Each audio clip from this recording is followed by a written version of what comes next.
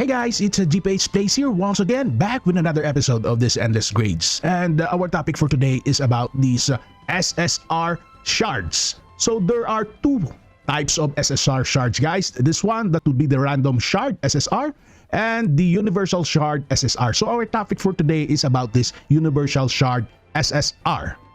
And most players, especially beginners, were still confused on which heroes to build first, even though there is already a tier list for SSR heroes.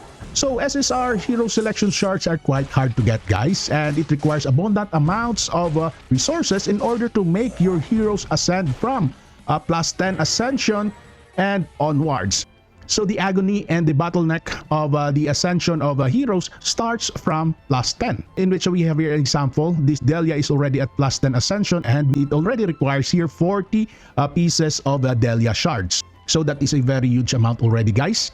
So in this case, guys, a little mistake in hero ascension will ruin your gameplay, and it will take some time or wait for events, or worse, you will reroll again and waste some cash and most especially time, which is very valuable just to bring it back your gameplay to the right route.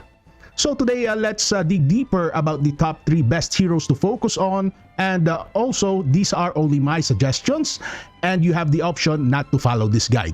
This is solely based on my experience and also from feedbacks from my whale friends. So if we will go to the gacha, we have here the wishlist, guys. So in this game, specific elemental heroes like fire, water, earth, and poison can be acquired by using the wishlist option. And this option enables you to select heroes you want to build, and you have the higher chance to get those heroes on your wishlist. In contrast, light and dark factions of heroes are not included in the wishlist, so it is very hard to get those heroes, guys, and it is totally random. So the best option in order to ascend those dark and light heroes is using this universal SSR shard. So our top 3 heroes to focus on using SSR universal shards will depend only on these 2 factions, that would be light and dark. So before so much ado, let's get it started, guys. So number 1, if you are a beginner, I would suggest to focus on this hero. This would be Chaos Guitarist, that is solo. So solo, guys, is quite rare if you are a beginner, if you are playing for just 1 week or 2 weeks. So I would suggest make solo to +7 and then stop. So +7 solo is a very decent hero already to use in the next game modes or in the next weeks or months in playing this game. And if we will check here at +7, you can unlock here the talent 5, in which when defeated applies a 2 rounds of shallow grave to ally with the lowest HP and can only trigger once per battle. And the meaning of that shallow grave, guys, is on its talent 3, in which allowing them to retain 1 HP when facing fatal damage. And this can trigger up to 2 times per battle. And this is what I suggest for those players who want to start the game.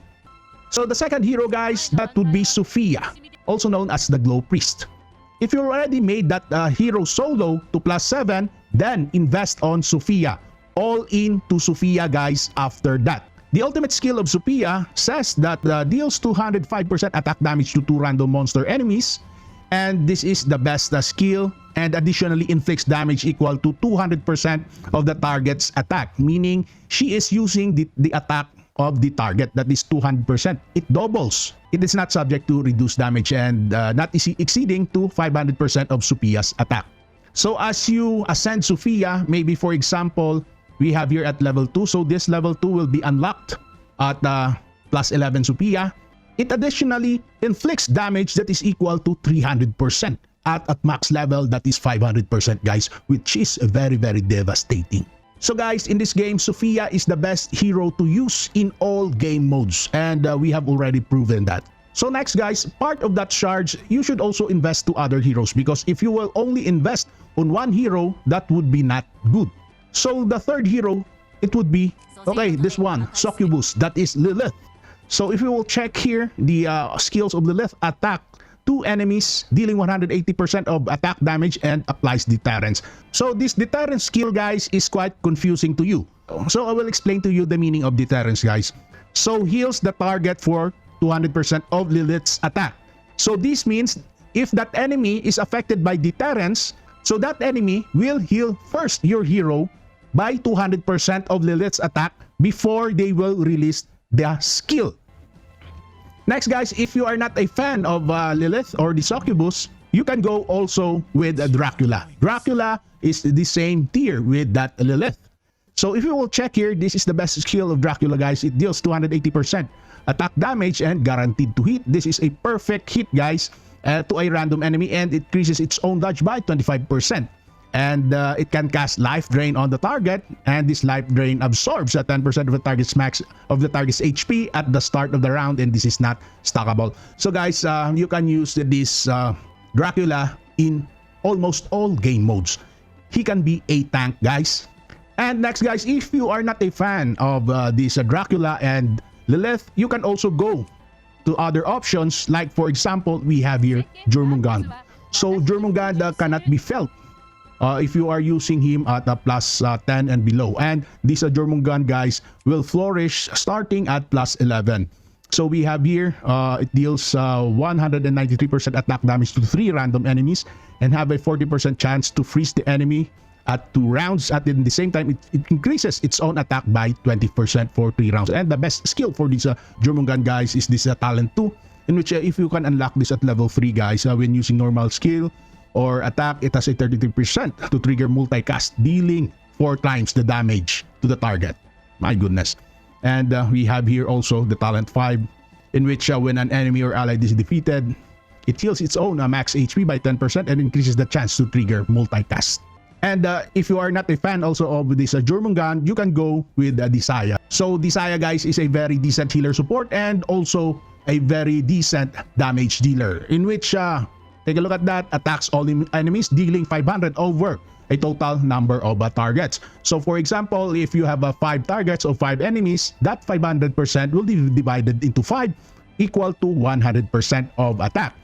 If you have only 2 enemies, so that would be 500 divided by 2, that would be 250% attack per each enemy.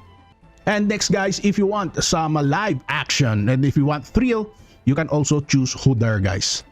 So this one is a critical type mage, in which it can deal massive damage, believe me. So we have here, it deals 28% attack damage to all enemies, and it has a 30% chance to silence warriors for 2 rounds. And we have here some decent skill also guys, in which it converts its ultimate skill. Okay, it says here, when own HP is below 40%, for the first time this skill will transform into an arcane thunderclap, in which it deals 165 attack damage to all enemies, and it has a 50% chance to silent targets for 2 rounds. Take a look at that guys, that is a 50% chance. And we have here also some talents guys, in which when enemy or if the ally is defeated, it increases a self-attack by 10%. So guys, those were the best heroes that I would suggest to build. So make this, for example, Huder to plus 11, and also we have here Dracula to plus 11, and maybe Jormungand to plus 11, or the Saya to plus 11, and go all in to Sophia until maybe plus 30. So that is only my suggestion, or you can just balance it. So guys, thank you for watching, and see you again next time. Bye bye.